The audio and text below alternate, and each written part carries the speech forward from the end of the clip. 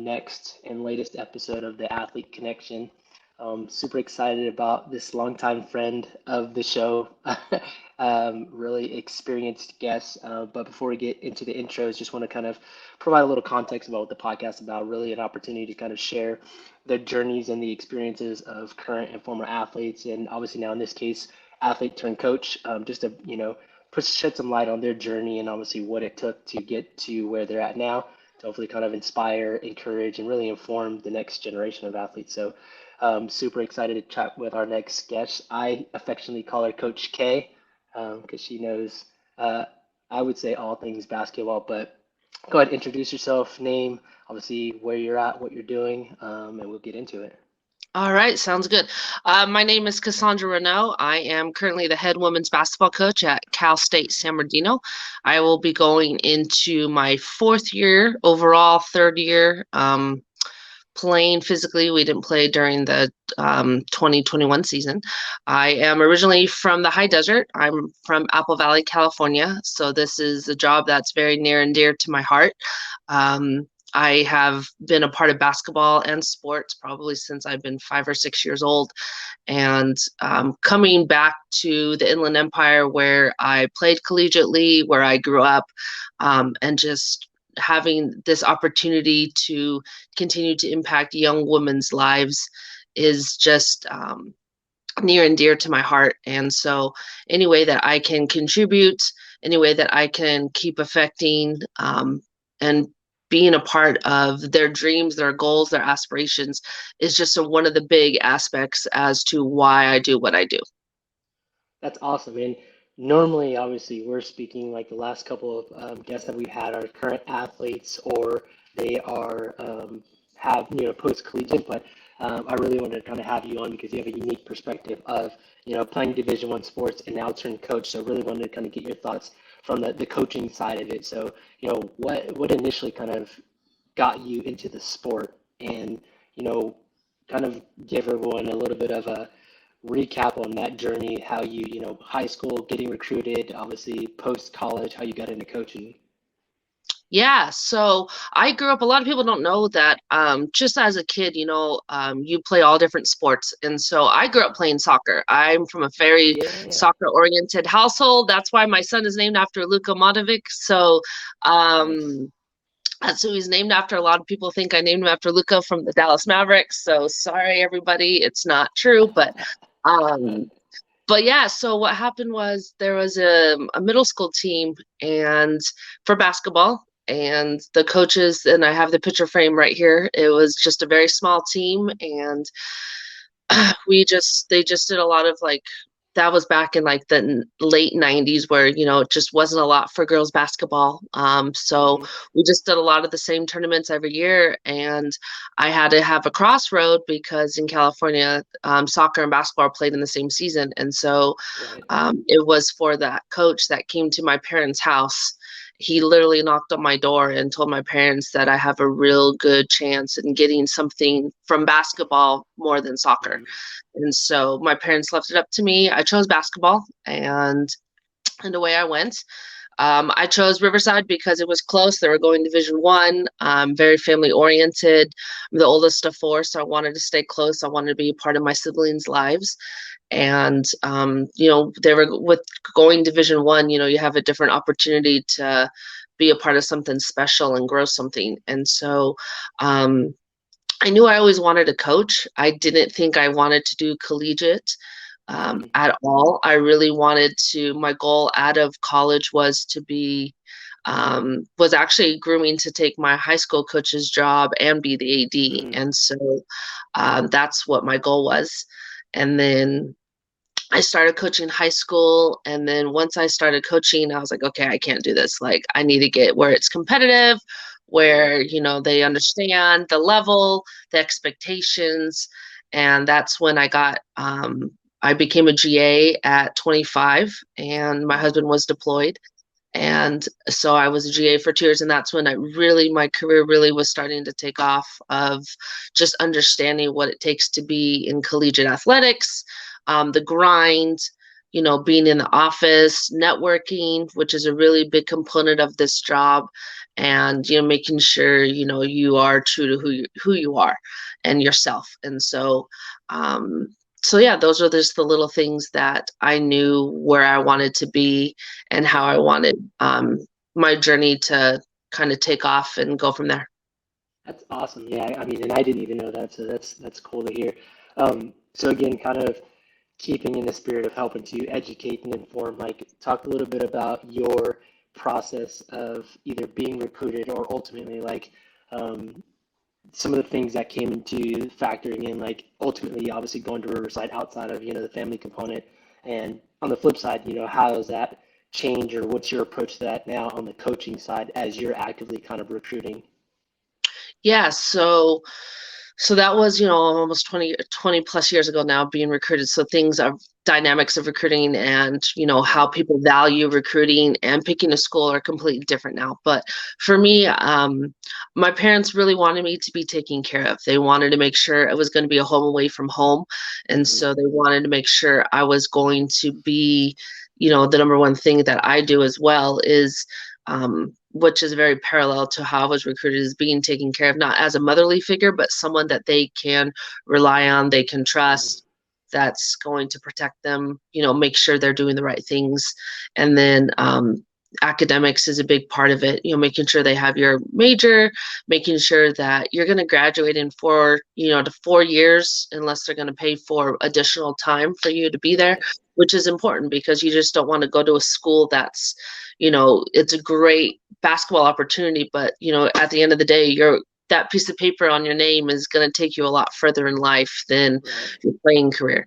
And so those are important. And then, some things too that I remember my club coach also telling me is that's when slowly the internet was getting going, is look at people's rosters, look and see where, okay, for me, I was a point guard. Okay, so start to look and see, there was a school I really wanted to go to, and their point guard was a junior when I would have been a freshman, where Hmm. Riverside's point guard was a senior when I was a freshman. So really longevity, like how much do you want to bargain for your job and keep going for it, or do you want to come in right away and start making that impact? So I think for young people, as they're starting to look at schools, there's a lot into it, and I was very big about Division 1. I didn't have any idea and clue about Division 2, Division 3, and the IA. Hmm. And I think that's another reason why I chose um, to stay at the Division 2 level a lot in my career so far. And Division 3, I had a year there and I absolutely loved it when I coached. Is there's so many opportunities to be a part of clubs, sororities. They can have jobs. They can, um, do another sport if they wanted to as well. And Yeah. so just different opportunities to arise from all of that as well. And Right. that's something that I promote is, my first year when I took over in 2019. Um, she was SAC president. She was one of my captains. She was a part of Coyote Radio. She was in a sorority. So, I mean, she had her hand in everything. She was very Hmm. social. I still talk to her to this day, but I was like, how do you, and she maintained above a 3.0 GPA. I mean, it was just like, how do you have time for all of this? Right. And that's something that sometimes for some student athletes, they need that drive. They need other things going on, and they need to Right. know that they can have that career, they can have that job, they can Right. make money on the side. There's lots of things now that are different, where the NILs, that they can have jobs, or they can get paid now for their Instagram, for Right. doing so many different things. So there's just a lot that goes into it. So I think a lot of people, they get so fixated on Division 1 that they Yeah. don't realize the opportunities that they can have. Instead of maybe being that seventh or eighth player off the bench, they can be the starter at Division 2, Division 3, and AI, be an all conference, all academic team, and not Hmm. even touch the court at Division 1. So really Right. just need to see how that's going to play into it. Yeah, that's great. And I mean, I think that's key because you hear a lot of the athletes, like you mentioned, they see other athletes doing something, therefore they feel like that's what they need to do instead of looking, around the full spectrum, just being open, like, hey, maybe the Division II route or even the community college route, maybe that's a better option for me, so I can kind of continue to kind of mature or develop, or maybe, it'll help me to kind of identify like, hey, you know what, this is what I wanted for myself, but maybe this is a better option at this time. So that's glad that you mentioned that. Talk a little bit about that preparation. Like, what do you think is important when you're getting prepared to be recruited to make that jump from high school to college? Like, what's that preparation look like again from your athletic standpoint, but then also from the coaching standpoint to help kids be successful or set themselves up for success?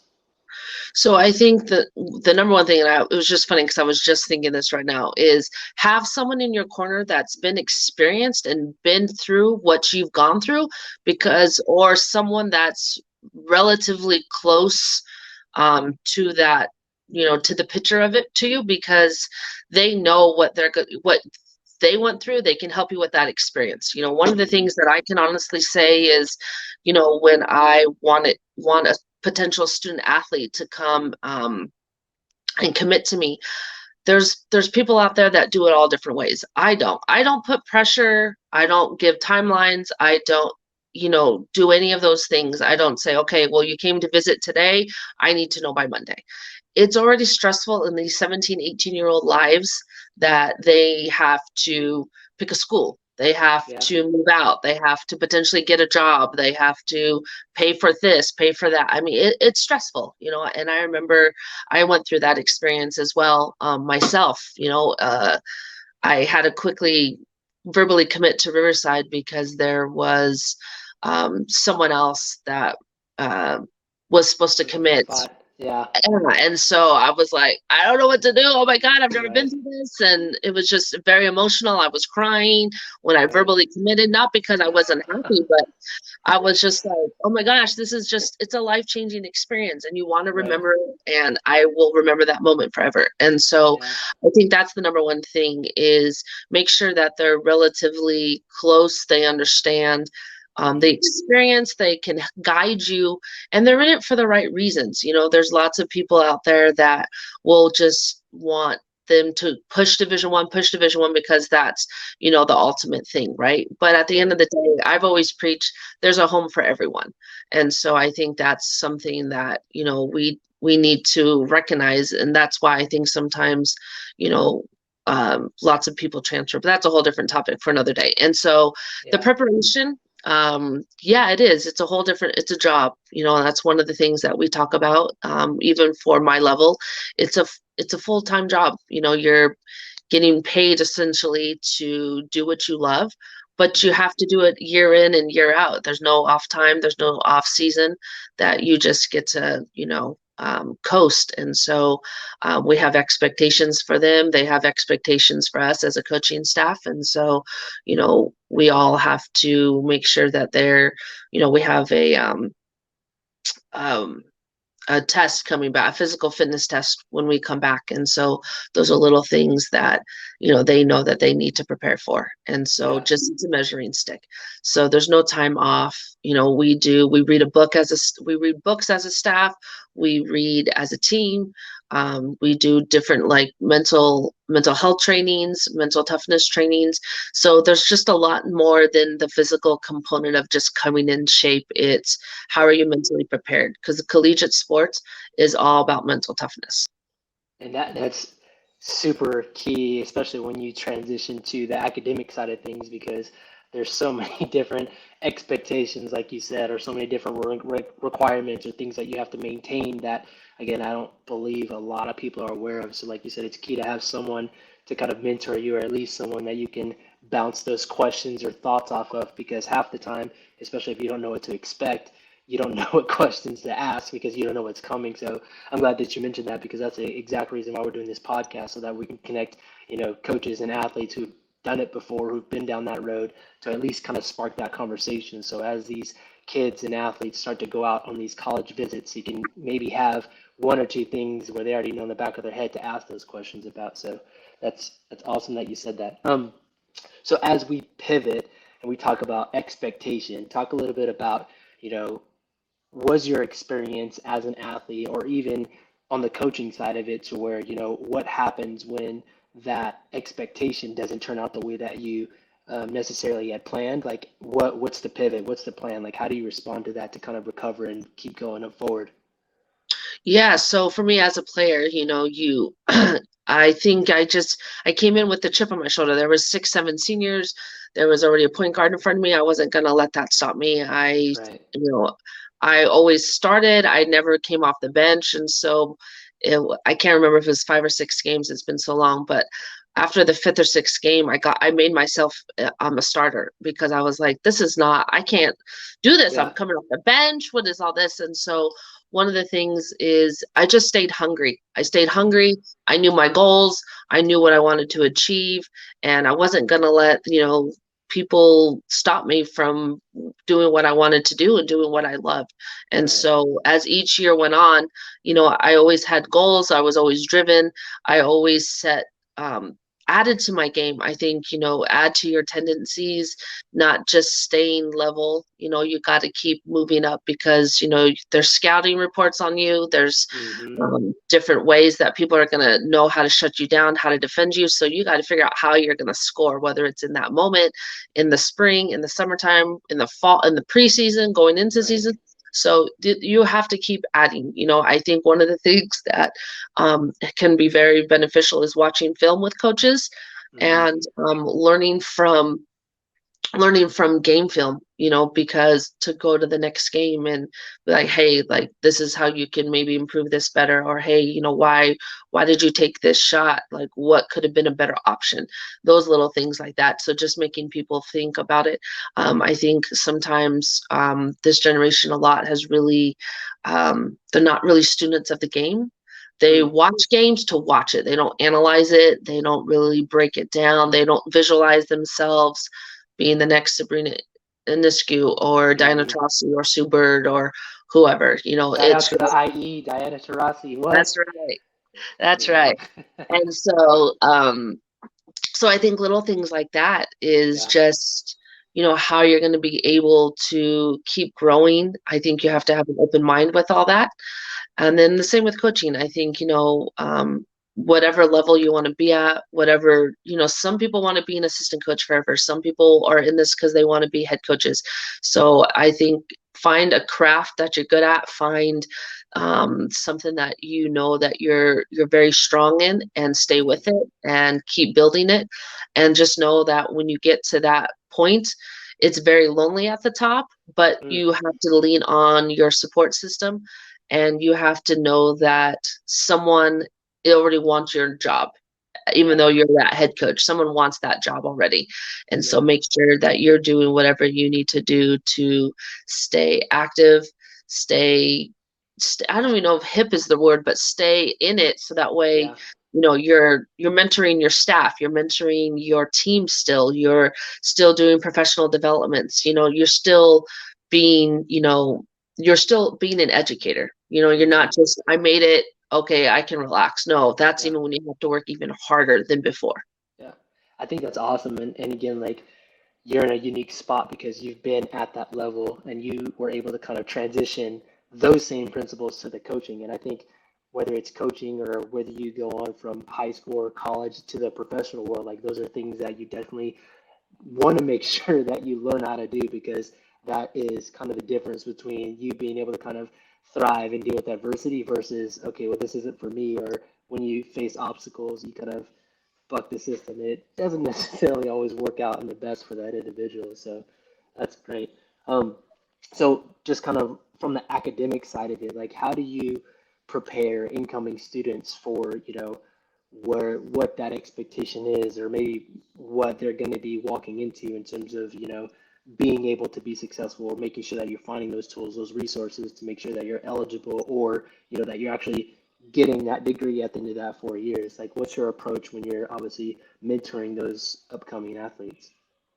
Yeah, so I think, back, when we were in school, right, I think like the maximum like was 8 hours in study hall. And I think not only studies, but just like the way that we focus, the way that, the generation now learns is a little different. And so Right. as an incoming freshman, my rules for study hall are 4 hours a week.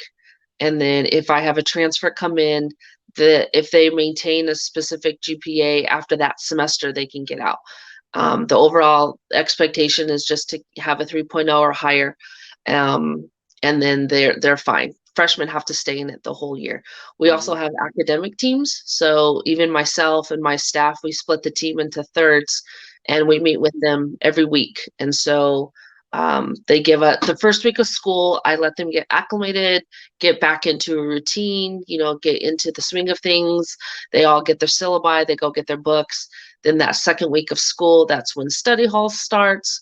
Hmm. That's when they start meeting with us. And it's like a 15, 20-minute conversation of, send us your syllabi. Do you have all your books? And then, okay, like tell me about this communications 101 class. Tell me about your math class. Things like that. And that's when they really start to dive into like, oh, I took a quiz today, or I got an A, or hey, I took a test. I don't think I did well on it. So lots of Hmm. things thrive when we talk to them weekly about those things. And then other conversations spark too, which is important and nice. But for the most part, we are all engaged as a staff. My staff reports back to me about every 2 to 3 weeks to let Hmm. me know just a normal update. If it's something very important, they tell me right away. Yeah. But for the most part, we're constantly as a staff talking to each other. Where are they? Where's so and so? How's it going? Things like that. So I think that's great because it teaches accountability, but also it helps you to be accountable so you kind of know what's going on within your team. So that's awesome. So just kind of wrapping it up, last couple questions. I always end every episode with these two questions. So, you can take this from a coaching standpoint or from a player standpoint, but if you would have to do it all over again, starting from the beginning of your journey, what would you do differently and why? do I know what I know now, or is Knowing this what down you to my? know, both, knowing what you know now from a player standpoint, what would you do differently? Um, and even from a coaching standpoint, like getting to where you're at, like what are some things that you would do differently as you're obviously a seasoned coach for a few years now, going through that experience? So I'll start from the player perspective. So from the player perspective, I can honestly say the transition from high school to college, I wouldn't say I came in very big-headed or egotistical by any means. I don't think I put in a lot. I didn't really add to my game. I just kept shooting, shooting, shooting, ball handling. Yeah. I don't think I learned to maybe drive the lane as much. I didn't take beat lifting seriously. Hmm. When people told me all those little things, I watched film. I didn't really understand the mental aspect of things, even though some people were telling me, I'm like, yeah, yeah, it's fine. So I think those little things like that definitely would have added a lot more to my game. Yeah. And then I think from a coaching perspective, I think just probably networking sooner. I network, and I still do, but I think if I would have done it probably like when I was more of a GA, maybe coming out of college, doing more professional developments, that what was, putting myself out there more. Obviously, at that point, social media wasn't as big as it is now, so it's a whole different world. But I think just knowing those are the two big things that, can connect you, that can help you with those things is important. And that way, it helps you. Now I have friends that are in the Northeast and the South. I mean, people also overseas. So, I mean, it's just, the Yeah. more you can network, the more you can nurture those relationships, the better it can be for you. That's awesome. And if you obviously you kind of touched on this, but if you were to give one single bit of advice to the next Cassandra or that next athlete, like what would that one bit of advice be for them? Never settle for your dreams. If you have your dream, hold it tight Hmm. and keep pursuing. Don't ever think that you reached your limit, you got to the mountaintop. Like there's always another mountaintop to climb. I Don't like just that. think you can. you can get there 3,000 feet, you're going to get to the 10,000 and then 20,000 and keep rising. Don't just settle for mediocrity. Yeah, that's awesome. That's great. Well, Cassandra, Coach K, thanks for taking time out of your day to help out and come speak to us on our podcast. So super insightful as always. Um, yeah, if you guys have any other questions, thoughts, concerns, feel free to reach out to us. Check out our website, tryelementsfitness.com, and Coach, let them know where they can reach you if they have any questions that you might be able to help out with. Yeah, absolutely. So my Instagram is Coach Renno 13, and then my Twitter handle is Cassandra 13. So thank you, Trey, for having me. I appreciate it, and of what you're doing, I think is great. So keep it up. Awesome, fantastic. Thanks, guys. We'll see you on the next one.